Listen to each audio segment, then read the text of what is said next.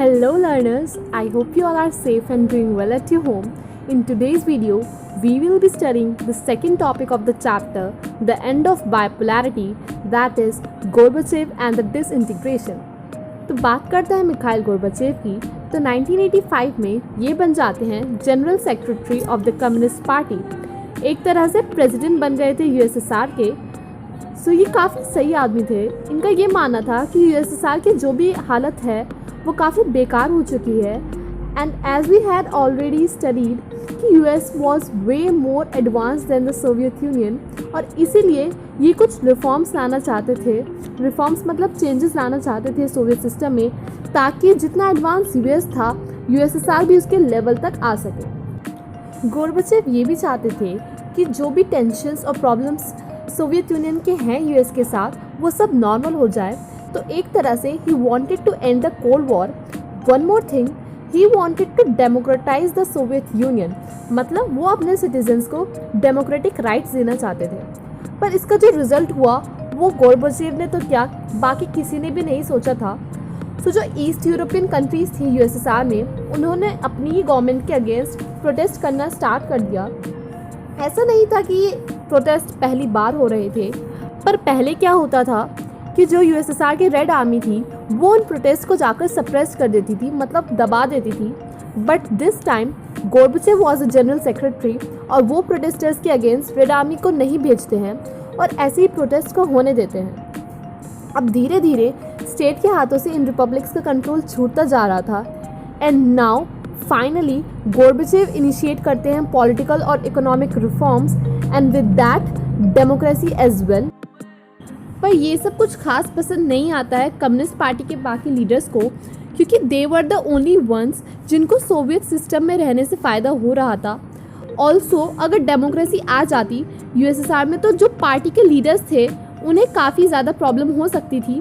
ऐसे में उनको अपने सारे एक्शंस का जवाब देना पड़ता पब्लिक को, जो कि वो बिल्कुल नहीं चाहते थे। सो इसीलिए वो सब मिलकर जाते हैं गोर्बाचेव के पास और उनसे कहते हैं कि या तो आप अपने लाए गए रिफॉर्म्स को वापस ले लीजिए या फिर आप जनरल सेक्रेटरी की पोस्ट से रिज़ाइन कर दीजिए। सो गोर्बाचेव मना कर देते हैं अपने लाए रिफॉर्म्स को वापस लेने से, और इसीलिए अगस्त 1991 में अ कूप टेक प्लेस, मतलब गोर्बाचेव को हटा दिया जाता है जनरल सेक्रेटरी की पोस्ट से और उनकी जगह किसी और को बैठा दिया जाता है जो कि पार्टी के लीडर्स ने ही चूज़ किया होता है। बट तब तक काफ़ी देर हो चुकी थी। The people had tasted freedom by then, और अब वो पुराना कम्युनिस्ट रूल नहीं चाहते थे।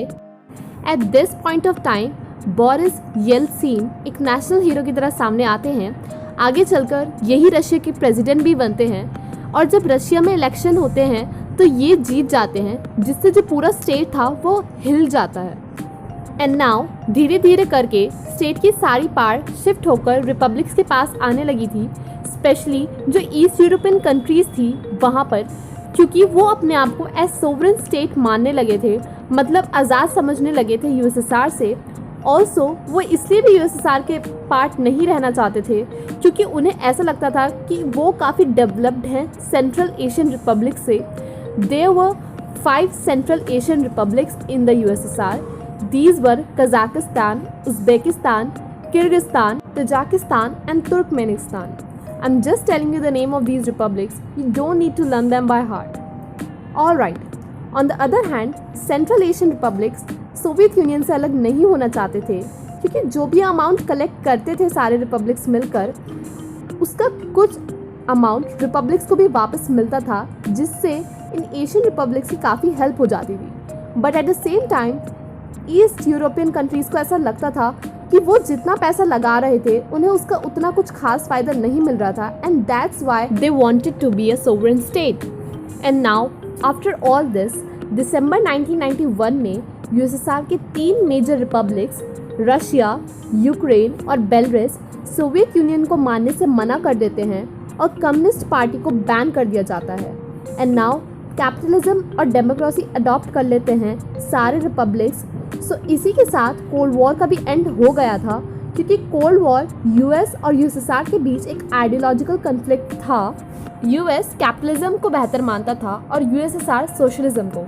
बट नाउ जब सोवियत रिपब्लिक्स ने ही कैपिटलिज्म और डेमोक्रेसी अडॉप्ट कर लिए थे तो कोल्ड वॉर भी यहीं ख़त्म हो गई थी। और इसी के साथ Commonwealth of independent states that is CIS का भी फॉर्मेशन हो जाता है। CIS का एक पूरा टॉपिक अलग से ऐड किया है CBSE ने हमारे सिलेबस में, तो इसके बारे में हम डिटेल में आगे चैप्टर में पढ़ेंगे। Alright, so all this came like a surprise to other republics. किसी ने ऐसा सोचा भी नहीं था कि USSR ऐसे डिसइंटीग्रेट हो जाएगा, स्पेशली सेंट्रल एशियन रिपब्लिक्स के लिए काफ़ी ज़्यादा शॉकिंग था। और अब सोवियत यूनियन का सक्सेसर बन जाता है रशिया। सक्सेसर मतलब आप एक एग्जाम्पल से समझ सकते हैं, जैसे जब एक राजा मरता है तो उसकी जगह उसका बेटा ले लेता है। The same thing happened with Russia as well, और इसे लीड कर रहे होते हैं बोरिस येल्सिन, जो कि अब इलेक्टेड प्रेसिडेंट भी थे रशिया के। ऑल्सो जितनी भी ट्रीटीज़ और कमिटमेंट्स सोवियत यूनियन ने साइन की थी पूरे वर्ल्ड में, रशिया उन सबको एक्सेप्ट कर लेता है और UN सिक्योरिटी काउंसिल में भी सोवियत यूनियन की सीट रशिया ही लेता है। सो नाउ सारे सोवियत रिपब्लिक्स में से रशिया बन जाता है द ओनली न्यूक्लियर स्टेट। साथ ही वो कुछ न्यूक्लियर डिसआर्मामेंट ट्रीटीज़ भी साइन करता है USA के साथ, और इसी के साथ हो गया था सोवियत यूनियन भी डिसइंटीग्रेट। सो अब आपको समझ आ गया होगा कि आखिर में सोवियत यूनियन डिसइंटीग्रेट क्यों हुआ था। Alright learners, so that's it for today's video. I hope you guys found it helpful. If there's still some doubt in your mind, please feel free to ask. You can text me on Instagram as well. बाकी का chapter हम next video में cover करेंगे. Till then, stay safe, stay positive and happy learning.